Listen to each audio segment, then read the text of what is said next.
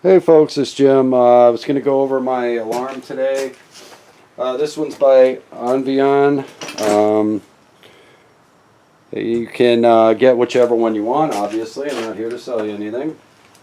I particularly like this one because it's super sensitive. They're all really good today as far as I'm understanding. Read the reviews before you make your purchase. Be informed. Know what you're getting. But this is a really sensitive one. There are other types, which I also have. These are your disc locks. I don't recommend putting it on your front disc because they can just remove the tire, right? So put it on your rear disc where they have to unbolt and everything like that. Or, put it wherever you want. A lot of people just put them on the front, right? But with our bikes, we have quick release axles. So it may not be a good idea to install it there, but you do what you want. And these are armed and disarmed by the key only. They do not have a key fob like the alarm that I'm about to show you, okay? This one's just like a car, on, off, panic, all of that. Anyway, this is by Onvian. Let's go ahead and arm the alarm. And there you go. Now the alarm is armed. So let's move it. Okay, that's a warning to anybody who just barely moved it, right? Now I have it mounted back here, and you would think, oh, they can just take the alarm. No, they can't, because just touching will set it off. Okay, just touching the bike will set off the alarm. So you can hear it's obnoxious and loud, and I don't like it, and oh, man, that sucks. You can hear that last one is so loud, it sucks. 110 decibels, I believe. So anyway, and I disarmed it using our key fob, right? Arm, disarm, and that's the only way to turn this off is with the key fob. So make sure you have an extra battery in your pack in case your battery goes dead, because you're not going to be able to shut the alarm off, all right? Just food for thought. So if you are going to install this, make sure you have an extra key fob battery, okay? That's one of the things people talked about. A year later, 2 years later of riding, all of a sudden the key fob goes dead and they've got an alarm going off and they can't shut it off. Excuse me. It's 18 degrees out here with a wind chill. That's why I'm doing the garage video here in the garage. It's just too loud. But yeah, I'm getting ready for my long ride. I put the front rack on the RAD, as you can see. And I'll be carrying my bedroll, my tent, and a few other items up here on the front. It can carry 10 kilograms, 22 pounds, I believe. The specs on the front rack, which is plenty of weight for what I'm doing. And then my back can carry 45 pounds. My total load is only 45. And I've been gone because I've been restructuring my body, focusing on that, nutrition, all of that. I'm down 45 pounds myself, about 30 pounds of fat, 15 pounds of muscle. And so now I've just offset the load on the bike. I've reduced my mass, and now my gear will just take me back to where I was training originally. So yeah, but that's what I've been doing. Some people have been writing in asking where I've been. I'll go into that on another video. I have some neat information, I think, if you're interested. I'll look forward to sharing that with you. But again, it's simple. Just arm it. That warns them once, right? And twice, right? I'm just barely touching the bike, right? Look at that. I barely touched the bike. So that's one of the things too.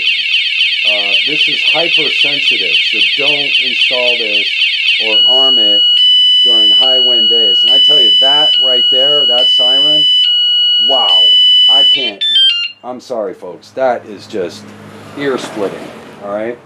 I do not like that one at all. So this thing is very loud, very effective, very sensitive. So again, I don't recommend you install it in high winds, right? So, and I recommend this, one of those, plus, which has the key fob, and then one of your disc brake locks, which aren't as sensitive. So if you're in high winds, just use your disc brake locks, because they're not as sensitive, okay?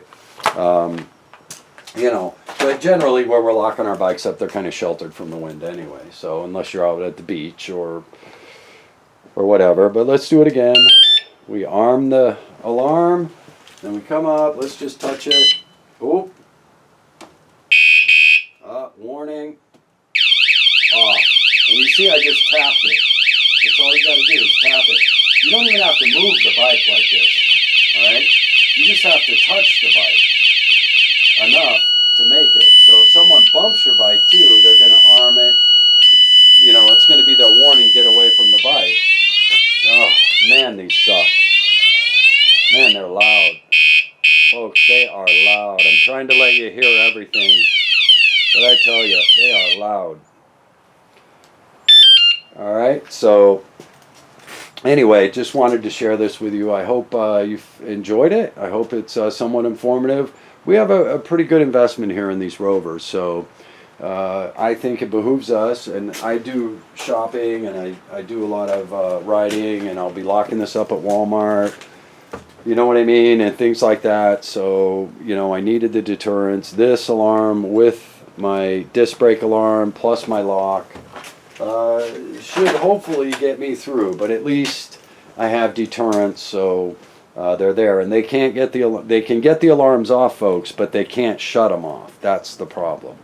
Okay, so even though they may be able to get your alarms off by removing your front wheel or finding wherever you've hidden this alarm and getting it off your bike, it's still not going to shut off, okay, until you know, and they can't, because if they put it in their pocket, it just keeps arming and arming and arming. If they try and throw it away, it just keeps arming and arming and arming, right?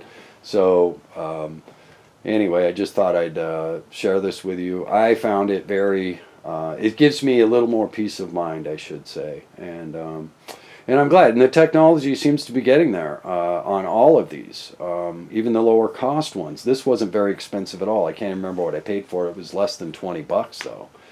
So what a bargain. I mean, we have a $1,500 Rover and a $20 deterrent, right? I think it's worth the investment on both of these. Yeah, so anyway, and I made mine removable, quick dismount and mount because I have several bikes. So I don't know which bike I feel like taking. So, you know, I wanted mine to be easily removable, and also to bring in the house, because we get at 20 below zero here. No battery survives really, especially on a small unit like this. On a solar unit, yes, they will survive good cells. But on a small unit like this, I don't want it left outside. So anyway, this is the Onvian bike alarm, which is very sensitive. So be aware of it. Sensitivity, right? So come up, touch the bike, and we'll touch the bike. And that's the second warning. And that's all it took, was just to put my hand on the seat to set it off. So the thing, you know, they can't remove it without setting it off, is what I'm trying to show here. So, oh God, that's just hideous. But anyway, I hope you're having a wonderful time. This is just another deterrent for those of you out there. Remember, e-bike theft is beginning to skyrocket. Be aware of that. RAD Rovers are highly sought after. You know, they're a nice looking bike, and people love them. So be aware of that as well. It's best, you know, we can't prevent thieves, but we can detour a lot of them by just making it more difficult. That's our job, is to make it as difficult as possible and as cumbersome as possible for them. You know, any bike can be stolen no matter what you do, but we can make it so 9 out of 10 of them might take off, right, and not want to deal with it. Anyway, I hope you're doing well. Jim out.